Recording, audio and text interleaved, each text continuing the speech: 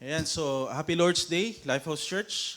Purihin po ang Panginoon sa ating pag-aawitan, sa ating pagpupuri sa Panginoon sa pamagitan ng mga papuring awit at pagsamba po sa Kanya. Amen? Pakibati po yung inyong katabi ng Happy Lord's Day. Kapatid, Happy Lord's Day. And it's good to see you everyone, ating mga kapatid sa Panginoon. At maging yung mga nanonood online, hindi po natin kasama ngayon. Happy Lord's Day po sa ating pong lahat. And tayo po ay nasa huling bahagi na po ng ating pag-aaral. Sino po dito natutuwa at nagpapasalamat sa Panginoon so far? Dami po natin natutunan. We have a lot of learnings and application that we did sa ating series sa Book of Ephesians. Amen? And all glory to God. Palapakan po natin ang Panginoon doon. All glory to God. Sa Diyos ang papuri at tayo po'y nasa huling bahagi na po ng ating pag-aaral. At tayo po'y magpuproceed sa mga susunod na linggo. We'll proceed to a new book study. And ang text po natin sa umaga pong ito is Ephesians chapter 6 verse 21 to 24. And sama-sama po nating basahin muna ito. At tayo po lahat ay tumayo, get your Bibles and read with me sa Ephesians 6 verse 21 to 24. Let us read our passage. 1, 2, 3. Let's read. So that you also may know how I am and what I am doing. Tychicus, the beloved brother and faithful minister in the Lord, will tell you everything. I have sent him to you for this very purpose, that you may know how we are, and that he may encourage your hearts. Peace be to the brothers, and love with faith, from God the Father and the Lord Jesus Christ. Grace be with all who love our Lord Jesus Christ, with love incorruptible. Tayo po ay manalangin. Panginoong Jesus, marami pong salamat. Salamat po sa inyong dakilang pagliligtas sa bawat isa po sa amin. Thank you for the salvation we have through your sacrifice on the cross, through hearing your word, hearing your gospel, believing in your gospel. Lord, thank you for your grace and your mercy. Though we are not deserving, Lord God, of your grace, still you give your grace to each one of us. And we thank you for this time that we listen to your word. Thank you for your grace, Panginoon. Thank you for your mercy upon us today. Thank you for gathering us as a church, Lord God.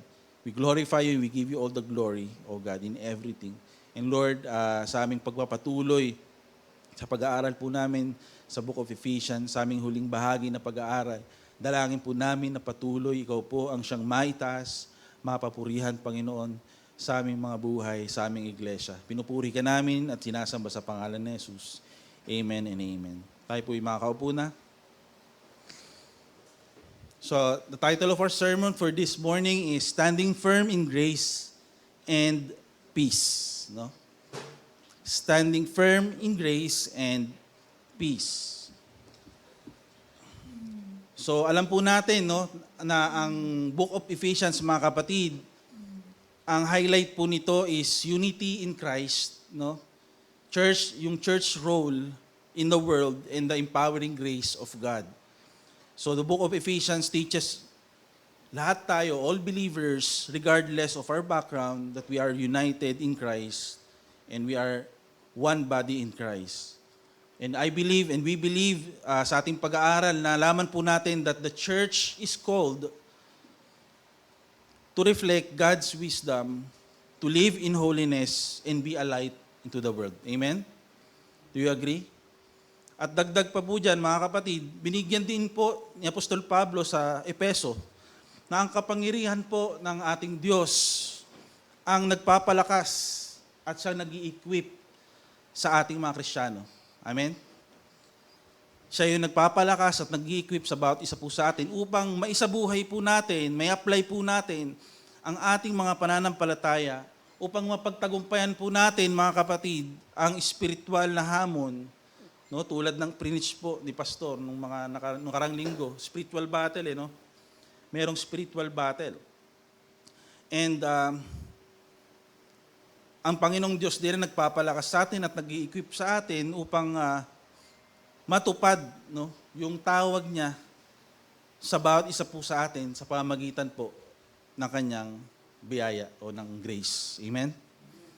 So, higit pa po rito mga kapatid, binibigyan po tayo ng Panginoon, ng ating banal na Diyos, ng mga spiritual na kagamitan. No?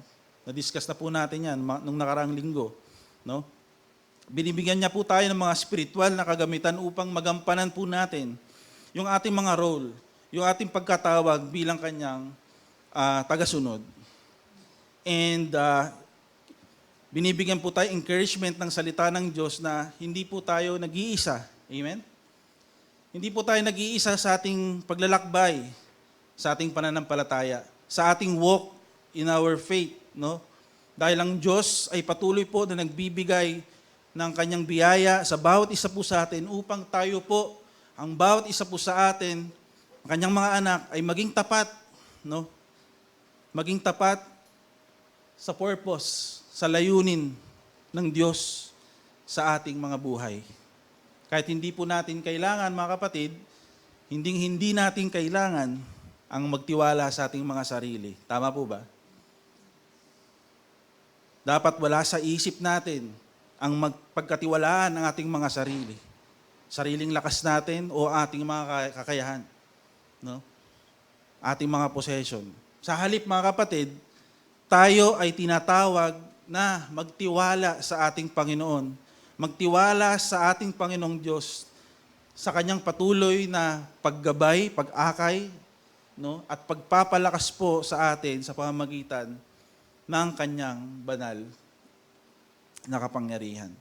In the final verses, mga kapatid, of Ephesians chapter 6, verse 21 to 24, this serves as a personal note from the Apostle Paul to the believers in Ephesus.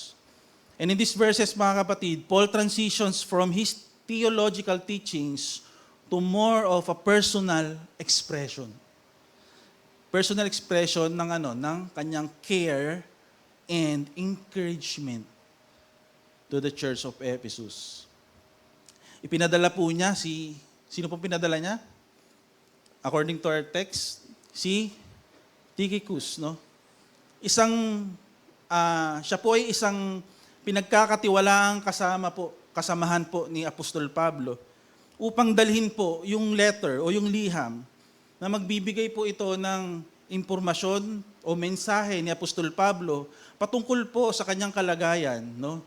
At patungkol din po, pinapakita po nito, this letter shows also yung malasakit, no, ni Apostol Pablo sa kapakanan or well-being ng mga taga-Efeso. Amen? And in verse 23, Paul prayed. Nanalangin po siya. Ano pong pinag-pray po niya? Nanalangin po si Pablo na sumaatin po yung kapayapaan, pag-ibig at pananampalataya, no? Na binibigyan diin po dito ni Apostol Pablo yung kahalagahan ng mga katangian na to, yung mga virtues na ito sa kanilang paglakad, sa kanilang pamumuhay bilang mga Kristiyano. At pinapakita din nito, mga kapatid, na yung kapayapaan, peace, yung love, pag-ibig, at yung pananampalataya, faith, ay hindi lamang po, mga kapatid, mga katangian na dapat taglayin ng isang Kristiyano o mananampalataya. Ngunit mga kapatid, kundi ito po, yung kapayapaan, pag-ibig, pananampalataya, ito po ay pangunahing aspeto dapat ng bawat isa po sa atin. Pangunahing aspeto ng buhay ng isang Kristiyano na siyang nagpapatibay o magpapatibay sa ating mga relasyon sa ating Panginoong Hesukristo at yung relasyon din po natin bilang magkakapatid sa Panginoon. Amen? Amen. So, finally, Paul blesses them with grace in verse 24, no? Urging them to love Christ with an incorruptible love. Pag sinabi natin incorruptible, it means walang kasiraan, walang kupas. Yeah? Walang kupas. So this personal conclusion highlights Paul's deep affection for the church. Hinighlight po dito yung deep affection ni Pablo sa church ng Ephesus. And his desire for their spiritual growth and his ongoing prayers for their strength and peace in Christ. So sa ating pong unang puntos na ating pong pag-aaralan is in verse 21 to 22 at hihimayin po natin ito. In our first part of our study, let me read first verse 21 to 22, so that you also may know how I am and what I am doing. Tychicus, the beloved brother and faithful minister in the Lord, will tell you everything. I have sent him to you for this very purpose, that you may know how we are, that he may encourage your hearts. So in verse 1, mga kapatid, we can see Tychicus here as a faithful messenger. No? Verse 21, Paul introduces Tychicus as the one who will bring the letter to the Ephesians. So mga kapatid, ibig sabihin, si Tychicus po, kung ating pong pag-aaralan, siya po ay isang tapat na lingkod at isa sa mga pinagkakatiwalaang kasamahan po ni Pablo na pinili upang dalhin po yung letter o yung liham sa mga taga-Epeso. At kasama po dito sa liham na to, yung personal po, mga personal na salita, personal words ni Apostol Pablo na merong kasamang pag-encourage o paghimok, no? Pag-encourage sa kanila. So, si Tychicus po ay talagang makikita po natin diyan, kaya po siya napili dahil siya po yung pagiging yung maaasahan, pagiging maaasahan, tama ba yung Tagalog ko? Reliable, yun. No? Makikita po natin dito sa ating passage kung paano po siya talagang maaasahan ni Apostol Pablo sa kanyang tungkulin, no? Yung kanyang gampanin sa paghatid po ng napaka-importanting liham na ito sa mga taga-Ephesus. At dito po na ipapakita, mga kapatid, yung buong tiwala. Tiwala po si Apostol Pablo sa kanya. At hindi lamang po siya bilang mensahero, no? Kundi isa po siyang mahalagang katuwang ni Pablo or partner ni Pablo sa pagpapalaganap po sa Ebanghelyo. At hindi lang sa pagpapalaganap po sa Ebanghelyo, mga kapatid, ngunit ito rin po ay nagbibigay ng, napapalakas po nito yung samahan o yung community ng mga mananampalataya during their time. So mga kapatid, ang tapat pong paglilingkod ni Tychicus at yung pagkakaroon po ng tiwala ni Pablo ay nagpatibay po sa mission po ni Tychicus na magbigay ng suporta at maghatid ng kagalakan sa mga iglesia. So, mga kapatid, Tychicus was more than a messenger. I believe that Tychicus was more than a messenger. That he also encouraged the church, bringing comfort and strength during Paul's imprisonment. Amen? So his examples highlights the importance of being dependable. The importance of being dependable and uplifting others in the faith. Offering both practical help, offering spiritual encouragement. Nakita po natin? Ang ganda po nung isinare at naiambag po ni Tychicus sa ministry po ni Apostol Pablo. So how do we apply this, mga kapatid? Makita po natin that the role of Tychicus, mga kapatid, reminds us of the importance of being faithful in even the smallest tasks. As God often uses ordinary people to fulfill his extraordinary purposes. Tychicus wasn't an apostle or a preacher, but his faithfulness in delivering letters and encouraging the church was vital to the spread of the gospel and the strength of the early Christian community. Amen? Ang laki po ng naitulong po ng misyon ni Tychicus. At ipinapakita po nito, mga kapatid, na ang bawat gawain, this teaches us, na ang bawat gawain, maliit man o malaki, ay meron pong layunin at halaga sa plano ng Diyos. Amen? At ang pagiging tapat sa simpleng mga gawain ay maaaring magdala ng malalim na epekto po sa katawan ng Panginoong Hesukristo. Amen? Yung simpleng pag-aayos lang ng upuan sa simbahan o pagtapon ng iyong basura sa tamang tapunan. Amen? Amen? Yung simpleng pag-turn off lang ng cellphone niya. O yung walang nagsha-shopee. Okay? Mga simpleng bagay, maliit na bagay, pero meron pong epekto sa katawan ni Kristo. Amen? So similarly in our own lives, mga kapatid, we may not always be called to a prominent role sa simbahan. Hindi man tayo mabigyan ng prominent role sa simbahan. But every act of service, mga kapatid, no matter how small, it is significant in God's kingdom. Amen? Whether it's encouraging a fellow believer, pag-encourage man yan ng ka-churchmate mo, helping with church activities, nakikibahagi ka sa mga gawain ng simbahan, or simply being dependable in daily responsibilities. May itinaw ka sa iyong gawain sa simbahan, kapatid, pwede mo bang gawin to? No?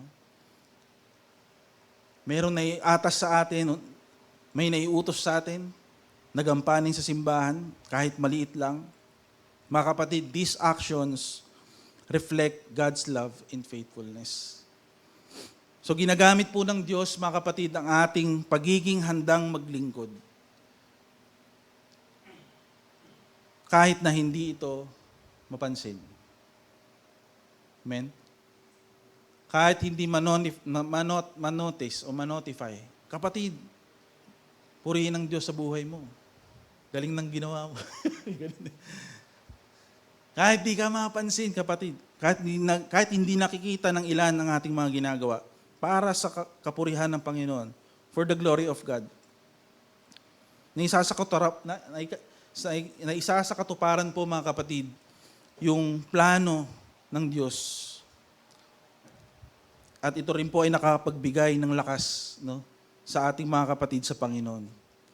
So mga kapatid, yung ating katapatan, mga kapatid, yung katapatan natin tulad ni Tychicus, mga kapatid, ay maaari pong maging susi sa pagpapala, mga kapatid, at pagpapalakas ng iba, nakapagpapalakas sa iba sa katawan po ni Kristo. Do you see that, mga kapatid? So kahit maliit na gawain, kahit yung pinakamaliit na gawain sa paglilingkod, meron pong malalim yan, no, na epekto. At ito po ay ginagamit po ng Panginoon upang magdala ito ng kagalakan, pag-asa at lakas po sa community natin, sa ating iglesia. Amen? Ang pagiging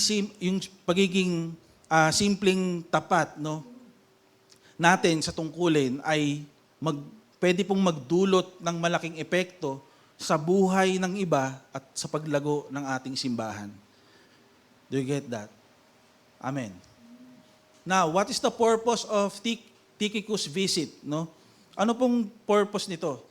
In verse 22, ang purpose po nito is to encourage and inform them of Paul's circumstances. So Paul's message to the Ephesians delivered through Tychicus emphasizes the deep value of community. The deep value of community and mutual care among believers. So alam po natin, even though Paul was imprisoned during that time, he was committed to ensuring the Ephesians of his well-being and were encouraged in their faith. And his personal care for them demonstrated by sending a trusted messenger with both news and encouragement to them. And na-highlight po dito mga kapatid yung importance of staying connected and supportive within the body of Christ. Dapat ganun po tayo, no? In the same way, mga kapatid, tinatawag po ang mga mananampalataya ngayon na dapat tayo po ay inaalagaan natin ng isa't isa. Kaya nga po, ganda po ng plano this year, no? Doon po papasok yung discipleship, no, sa ating church, no? Pwedeng one-to-one o Bible study, no? It shows kung paano natin maalagaan yung isa't isa. At yung, when we say alagaan natin ang isa't isa, take care of each other as brothers and sisters in Christ, hindi lamang po ito sa pamamagitan dapat ng salita, no? Kundi dapat maipakita din natin ito, lalong-lalo na sa gawa. Amen? Dahil dito, maipapakita po natin yung ating tunay na malasakit sa ating kapatid sa Panginoon. Sa bawat isa, no? Kung ito man po ay simpleng pag-check, kapatid, kamusta ka na? A simple text message, a simple chat, how are you, kapatid? What can I pray for you? Ang laki po ng epekto nun. Amen? Maaaring ito po ay pagdarasal, no? Yung pagdarasal natin sa bawat isa, praying for each other, o kaya pagbibigay ng suporta sa mga panahon na ang ating kapatid ay nasa mahirap na panahon, no? Ang samahan po ng mga mananampalataya ay lumalago sa pamamagitan po, mga kapatid, ng pagtutulungan at ng pag-alaga natin sa isa't isa. So mga kapatid, ang simbahan po ay dapat maging isang lugar kung saan natin ibinabahagi, mga kapatid, yung ating we share yung ating mga pagsubok, yung ating mga kaligayahan, ating kagalakan. At alam natin na in this journey, no, hindi tayo nag-iisa sa ating paglalakbay. So ganito pong uri yung tinatawag po nating relational, no? Na sinasabi po dito ni Apostol Pablo, relational na pag-aalaga sa katawan ni Kristo. At ito po ay nagdudulot po, napapalakas po ito sa isang iglesia at nagpapalago sa katawan ni Kristo. Tulad po ng ginagawa po ni Apostol Pablo para sa mga taga-Epeso. In application, mga kapatid, in the Christian community, we are called to care for one another and share our burdens, especially during difficult times. Just as Paul sent Tychicus to encourage the Ephesians and share his well-being with them, we too are called to actively support each other. Amen? We too are called to actively support each other.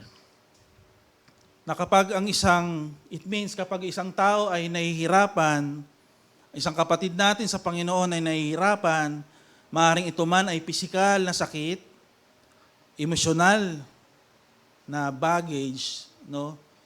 Emotional na pasakit, no? O spiritual battle, hindi po tayo tinawag na pasanin lamang ang mga pasanin na iyon mag-isa. Amen? Sa halip, mga kapatid, tayo po ay tinawag na maglakad ng magkakasama. Tayo po ay tinawag na maglakad upang magpalakasan sa isa't isa sa panalangin at sa mga praktikal na tulong. Amen? So, ang bawat isa po sa atin, mga kapatid, ay merong papel o role. May gampanin po tayo. Nagagampanan po natin sa pagpapalakas po ng isa't isa sa katawan ni Kristo. Bawat isa po sa atin, hindi lang po elders, hindi lang po mga workers natin. Amen? Bawat isa sa atin. At sa pamamagitan po ng pagpapakita po natin ng malasakit at pagtulong sa bawat isa, pinapalakas po natin ang ating community, ang ating church, no? At nagiging saksi tayo ng pag-ibig at pag-aalaga ng Diyos sa isa't isa. Na ipapakita natin sa kapaligiran natin, no, yung pag-ibig ng Diyos. Amen? And this kind of mutual care is essential for building a strong and unified community. In Galatians 6 verse 2, ano po sabi ni Pablo doon? Sabi po ni Pablo doon, bear one another's burdens and so fulfill the law of Christ. Tama po ba? So by sharing each other's burdens, we not only lighten the load, but also show the love of Christ to the world.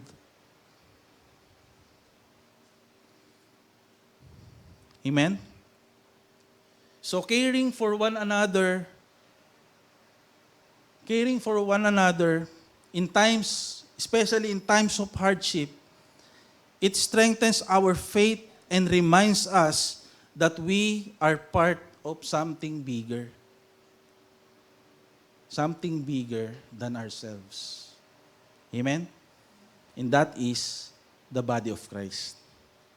Kaya napaka-importante po ng church sa bawat believer. Amen? Tama po ba? So, in application, we should be intentional about reaching out to others in our church family, offering support in both big and small ways. Maaari itong, nabanggit ko na kanina, maaari itong pagpapadala ng isang simpleng, words of encouragement, pag-check sa ating kapatid, pagpapadala ng isang, words of encouragement o yung simpleng pakikinig kung may problema, simpleng pakikinig. O kaya naman sa amin, sa probinsya, sanay po kami, simpleng pag-alok ng pagkain. Baka may kapatid tayo dito, Wala nang bigas, Tawag doon, Las Vegas, Wala nang, okay. Las Vegas, huling sinaing. Okay. Okay. Okay, yan. Pang matalinong joke yan Seriously, Baka iba sa atin, wala nang may saing. Tama po ba? Sa amin sa probinsya, ganun Kapag yung isang kapatid sa Panginoon ay talagang grabe yung hirap talaga.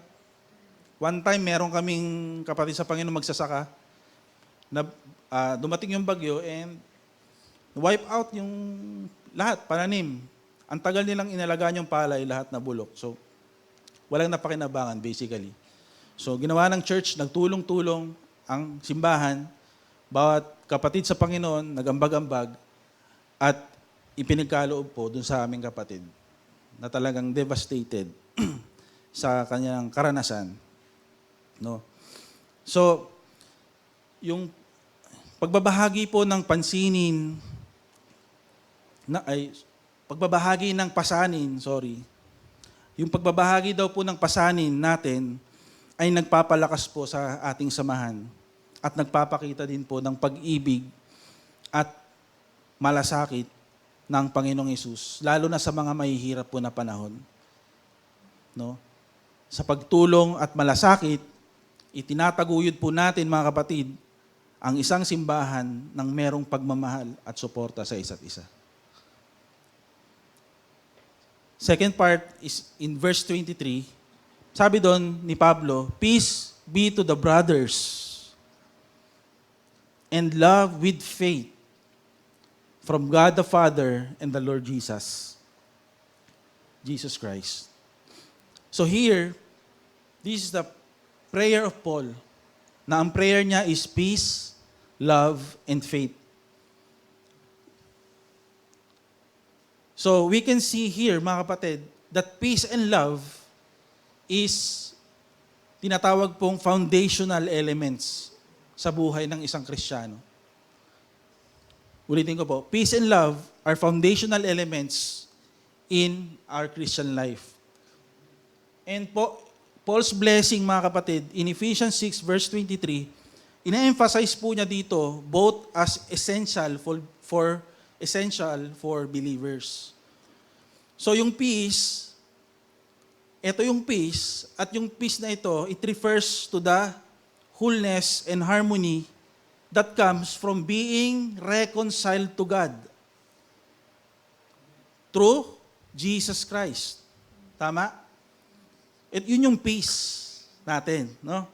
And it is not just the absence of conflict, but the presence of God's peace in our hearts, enabling us to live with assurance, no? No matter what circumstances ang dumating sa ating buhay. At yung pag-ibig naman na sinasabi dito ni Pablo, ito po yung nag-uudyok sa atin, sa ating mga gawain bilang mga Kristiyano. Ito po ang pag-ibig na ipinakita sa atin ng Diyos sa pamamagitan po ng ating Panginoong Hesukristo. At ito rin po ang pag-ibig na tinatawag tayo na ipagkaloob, na dapat nating ipinagkakaloob sa isa't isa. Tama po? Ang pag-ibig po na ito ay sabi nga po, ang pag-ibig na ito ay hindi makasarili, hindi dapat makasarili. Ang pag-ibig na ito dapat walang kondisyon. Ang pag-ibig na ito dapat handang magsakripisyo. Amen? Bakit? Dahil ang pag-ibig po nito, pag atin po itong pinakita at binahagi sa isa't isa, ito po ay makapangyarihang patotoo. This is a powerful testimony to the world. Na sumasalamin po, mga kapatid, doon po sa karakter ng ating makapangyarihan at banal na Diyos. Amen?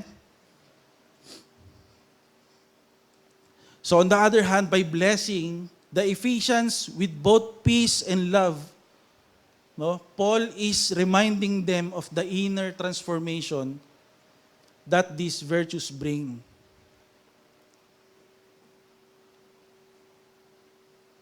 Makikita natin dito, sinasabi ni Pablo na hindi lang ito ideals to strive for, but gifts from God that empower us to live in harmony with others and to reflect His love in every relationship na meron po tayo. In application, mga kapatid, dapat po nating unahin ang kapayapaan at pag-ibig sa ating pakikisalamuha. Dahil alam po natin na ang mga ito ay tanda po ng isang tunay na tagasunod ni Kristo. Amen? Kung paano tayo makisalamuha, lalong-lalo na sa ating mga kapatid sa Panginoon. At lalong-lalo na sa labas ng iglesia. Sa ating trabaho, sa ating mga school, sa ating mga kaibigan. Dapat masalamin sa atin, makita sa atin yung gospel, yung ebidensya ng gospel. Amen? Amen po ba? So ang pagpapakita po ng kapayapaan at ng pag-ibig sa iba ay hindi po lamang nagpapakita ng ating pananampalataya, kundi mas nagiging epektibo po tayo ng mga witnesses. We become a very effective witnesses to the world. At pinapakita po nito na tayo tunay na binago ni Kristo at tinubos ng kanyang dakilang pag-ibig. So mga kapatid, in our application, in a world that often promotes division and conflict, it is essential for us as the body of Christ to actively pursue peace and love in our relationships with one another. Amen? Kailangan po natin, no, dahil alam natin yung mga balita ngayon, no? Ang gulo, sobra. Government natin. Ang gulo po. No? At maraming mga news ang nagpapakalat ng mga balita para magpanik ang mga tao. Pero, no? Let us actively pursue peace and love in our relationship with one another. So mga kapatid, Paul's blessing to the Ephesians, it reminds us that peace and love are not optional. Peace and love are not optional. Gaya na sinabi ko kanina, they are foundation. No? It is a foundational sa ating buhay Kristiyano. At bilang mga mananampalataya, mga kapatid, tinawag tayo ng Panginoon to be agents of peace, seeking to reconcile differences and promote unity in the church, no? And beyond, without compromising truth, of course. Amen? Baka naman kasi pipis ka pero na-compromise yung truth. Mali na yun. Ba? Disclaimer lang po. So ang mundo, mga kapatid, sa paligid po natin, ay puno po ng pagkakabahabahagi, maging sa pamilya, no? Sa ating komunidad, sa ating community, at sa buong mundo. No? The news is, no, all over the internet, no? Sobrang gulo, no? Ngunit bilang mga tagasunod ni Kristo, mga kapatid, tinawag po tayo upang maging iba sa mundo pong ito. Tinawag po tayo o tinatawag tayo ng Panginoon na isabuhay natin ang kapayapaan ni Kristo. Hindi lamang yung pag may alitan, iiwas tayo, hindi lang ganon, no? O hindi tayo nagiging sanhi ng pag-aaway-away, kundi dapat aktibo po tayo sa paggawa ng kapayapaan. Nagiging sanhi tayo ng kapayapaan, no? Kung saan mayroong tensyon, saan may gulo, kung saan may away. Dapat hindi kayong gumagatong. No? Amen? At gayon din po, tinawag po tayo ng Panginoon na mahalin po natin ang isa't isa bilang magkakapatid sa Panginoon.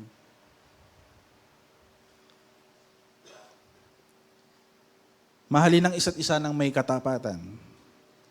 Kahit mahirap. Tama? Walang magsasabi dito, ang daling mahalin ni kapatid. Hindi ako naniniwala sa'yo. Mahirap, tama? No? Yes, maraming madaling mahalin. May mga mahirap mahalin. No? Kahit mahirap. Bakit? No? Dahil po ang pag-ibig ang pinakamakapangyarihang patotoo ng Ebanghelyo. Do you believe that? Love is a powerful evidence of the gospel. Amen? So in practical terms, this means reaching out to those we may disagree with, forgiving those who have wronged us, and prioritizing unity in the church over personal preferences or disagreements. But again, sabi ko kanina, huwag isa sa alang ang truth. No? Amen? So by doing so, we reflect the heart of Christ and show the world the transformative power of God's peace and love in us. No? Encouraging peace and love within the body of Christ can be a powerful witness sa ating napakagulong mundo. Amen? So next is, papasok po dito yung faith, no? The role of faith. So ikinonekta po ni Apostol Pablo yung kapayapaan at pag-ibig sa pananampalataya kay Kristo na nagpapakita po ito ng tunay na kapayapaan at pag-ibig na ito po ay nakabatay sa pagtitiwala sa mga pangako ng Diyos. It means true peace and love are not merely emotional responses but are deeply rooted in a firm trust in God's promises. In Ephesians 6 verse 23, sinabi po doon ni Pablo, with faith, no? Peace and love with faith, no? Ini-indicate po dito mga kapatid na itong virtues na ito, yung peace and love, it flows from a relationship with Christ that is built on faith, no?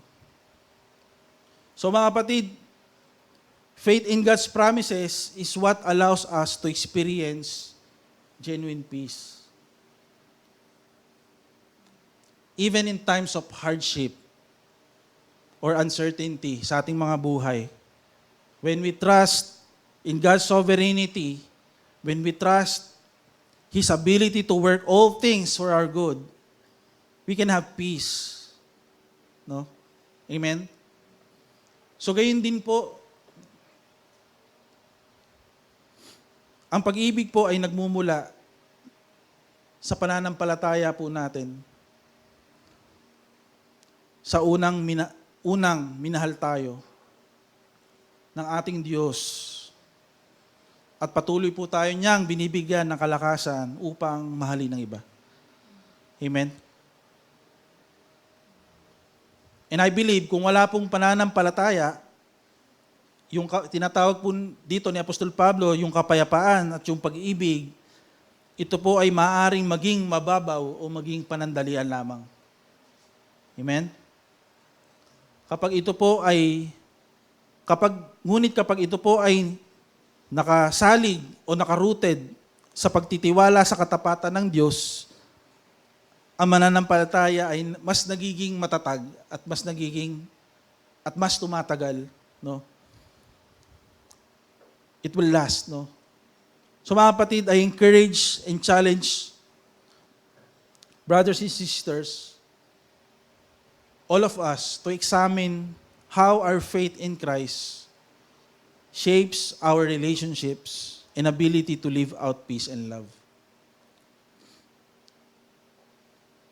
The question for us this morning is, does your trust in God's promises help you bring peace to conflicts and offer forgiveness? Ang iyong tiwala ba sa mga pangako ng Diyos? Yan ba yung tumutulong sa atin upang magdala ng peace? Does it empower you to love even those who are hard to love? So mga kapatid, true peace and love come from a deep faith in Christ. And as we trust Him, it will transform how we interact with others. So that's our prayer. Sabi doon, let's reflect on our faith and ask God to help us to live out His peace and love in every relationship. Amen? Verse 24, on the last part, sabi doon ni Pablo, grace be with all who love our Lord Jesus Christ with love incorruptible. So here, we can see the blessing of grace na sinasabi dito ni Apostol Pablo. Na pinapakita dito at tinuturo ni Apostol Pablo na ang heart ng Christian walk ng bawat isa po sa atin is walang iba kundi grace. No? How we define grace? Grace is unmerited favor of God. Tama? Unmerited, ibig sabihin, it's freely given to us despite of our unworthiness. Tama? Despite of our unworthiness. At hindi lang po ito basta starting point ng ating buhay Kristiyano, but also this is what we call the sustaining power. Ulitin ko po, grace is the sustaining power that enables believers to continue walking with Christ. Yung biyaya po ng Panginoon, yan po ang nagsusustain sa atin for us to continue walking with our Lord and Savior. So grace empowers each one of us, mga kapatid. Yan po nag-empower sa atin daily. The grace of God helps us to overcome challenges. No? Yung grace din ng Panginoon, yung nagbibigay sa atin, or nagpapalago ng ating pananampalataya. And also the grace of God, siya po ang tumutulong sa atin for us to live out God's will in our lives. So we can say that it is through grace, mga kapatid. It is through God's grace that we are strengthened, we are forgiven, and we are equipped to fulfill our calling. Individually and bilang iglesia. Amen? Naniniwala po ako na kung wala pong biyaya, hindi po tayo magiging matatag. Hindi po magiging matatag ang ating pananampalataya. Ngunit mga kapatid, sa biyaya po ng Panginoon Diyos, kaya po nating harapin ang anumang pagsubok at kaya po nating magpatuloy sa ating paglakad ng merong confidence, no? Merong kumpiyansa sa buhay dahil sa biyaya ng Panginoon lamang. It is by grace and grace alone. Amen? So God's grace is not a one-time event. No? Hindi lang to basta one time. But I believe the grace of God, it is an ongoing gift that strengthens the believers. Grace empowers the believers. Bawat araw po, mga kapatid. Amen? Bawat araw.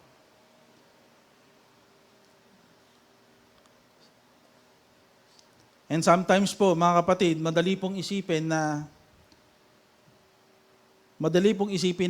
ang biyaya po ng Diyos ay para lamang po sa ating kaligtasan. But the truth is, mga kapatid, ang biyaya ng Diyos ay patuloy na nagpapalakas sa atin. Ito yung nagiging sanhi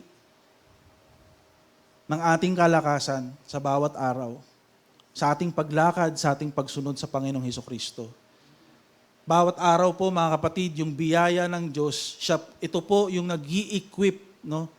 Ito po yung nag-i-equip sa atin upang harapin natin ang mga hamon, no? Ang mga challenges, upang tayo ay lumago sa kabanalan, upang isabuhay po natin yung tawag ng Panginoon bilang kanyang mga tagasunod. So, brothers and sisters, I encourage every one of us, this is my prayer, that we reflect on how God's grace has been at work in our lives bilang Kristiyano, individually, at bilang isang iglesia. No? Hindi lang basta sa moment ng salvation, but throughout our journey. Amen? Sabi nga po, when you face difficulties, remember that God's grace is there to strengthen you. Tandaan po natin na ang biyaya ng Diyos ang magbibigay sa atin ng kalakasan. When you struggle with sin, His grace is there to forgive and to transform you. Kaya, ano po dapat natin gawin? Magtiwala po tayo sa biyaya ng Diyos. Amen? Magtiwala po tayo sa biyaya ng Diyos.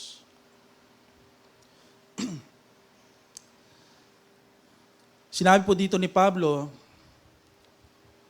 Grace be with all who love our Lord Jesus Christ with love incorruptible. Nabanggit na po yung love incorruptible. When we say love incorruptible, it means pure, no? Ibig sabihin, eternal one is not tainted by selfishness or circumstances. So yung uri ng pag-ibig na ito, yung incorruptible love, nagre-reflect ito ng isang malalim, no? Isang steadfast love that believers are called to have for our Lord Jesus. So itong pag-ibig na ito ay, again, hindi po ito kumukupas. Nabanggit ko kanina. When you say love incorruptible, hindi ito humihina sa paglipas ng maraming panahon, kundi yung incorruptible love na ito na sinasabi ni Pablo, ito po'y nananatiling matatag, nananatiling malakas, anuman po ang mga hamon, anuman ang mga tukso na ating kinakaharap bilang mananampalataya. So believers are called, mga kapatid, to love Christ with this kind of incorruptible love. Incorruptible love. Na yan po ay nakasalig po. Nakasalig kung ano po yung ginawa ng Panginoon, kung ano po yung ginawa, natapos na gawa ng Panginoon sa atin at yung ating relasyon, personal na relasyon sa Kanya. So ito po ay nakabase, ibig sabihin, ito po ay isang pag-ibig na hindi po nakabase sa kung ano ang ating natamo. Kung ano ang ating mga natamo. Ngunit, yung pag-ibig na ito, ang basihan nito ay kundi kung sino siya at kung ano po ang kanyang ginawa. Amen? Kaya po, ang pag-ibig na ito, dapat ito po yung maging pundasyon ng bawat isa po sa ating mananampalataya na dapat nag-uudyok sa atin, sa ating mga gawa, sa ating pagsamba, sa ating commitment, no, in our devotion sa ating Panginoong Hesukristo. So mga kapatid, I urge every one of us, and I pray that let us cultivate that kind of love for Christ that is pure, enduring, and unwavering, even in the face of life's challenges. Just as Paul calls us to love Jesus with incorruptible love. We must examine our hearts, mga kapatid. And let us ask ourselves, mga kapatid, tanungin po natin ang ating mga sarili. Let this be a question for us this morning. Is our love for Christ steady no matter what circumstances we face? Mananatili bang matatag ang ating pag-ibig sa ating Panginoong Diyos, Panginoong Hesukristo? Anumang kaharapin po natin na sitwasyon. I believe, mga kapatid, madali pong madistract when it comes na kapag po tayo dumadaan, lalong-lalo na kapag tayo dumadaan sa mga hardships, no? When we face temptations, it can easy for us, no? To grow cold sa ating pag-ibig, sa ating Panginoon. Ng mga difficulties, dahil sa mga difficulties sa buhay po natin. Pero mga kapatid, sa kabila po ng mga ito, naniniwala po ako, ang pag-ibig po kay Kristo na nakatanim po sa kanyang kabutihan, nakatanim po sa kanyang sakripisyo at katapatan, ito po ay mananatiling matatag, anuman po ang dalhin ng buhay sa atin. Amen? So let us be rooted to who Christ is and what He has done. Amen? So my prayer is maging masigasig po tayo na alagaan at palilimin po natin yung pag-ibig na ito para kay Jesus. Isa pong pag-ibig na hindi magiging matibay, no? Magiging matibay sa paglipas ng panahon. Isang pag-ibig na tumatagal sa mga pagsubok. Amen? At itong pag-ibig na to, yung nag-uudyok sa atin, nag-encourage sa atin upang mabuhay ng buo para sa ating Panginoong Hesukristo sa pamamagitan ng kanyang biyaya lamang. Again, by His grace, in grace alone. So as we recap, we can see the final words of encouragement of Paul in verse 21 to 22, in the prayer for peace, love, and faith in verse 23, and the blessing of grace in Ephesians 6:24.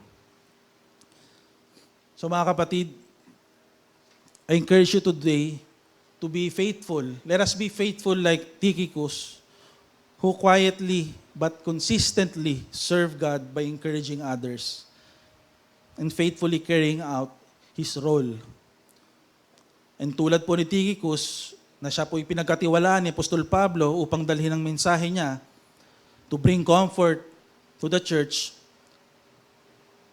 we are called to serve faithfully in whatever role God has given us, no matter how small it may seem. Amen?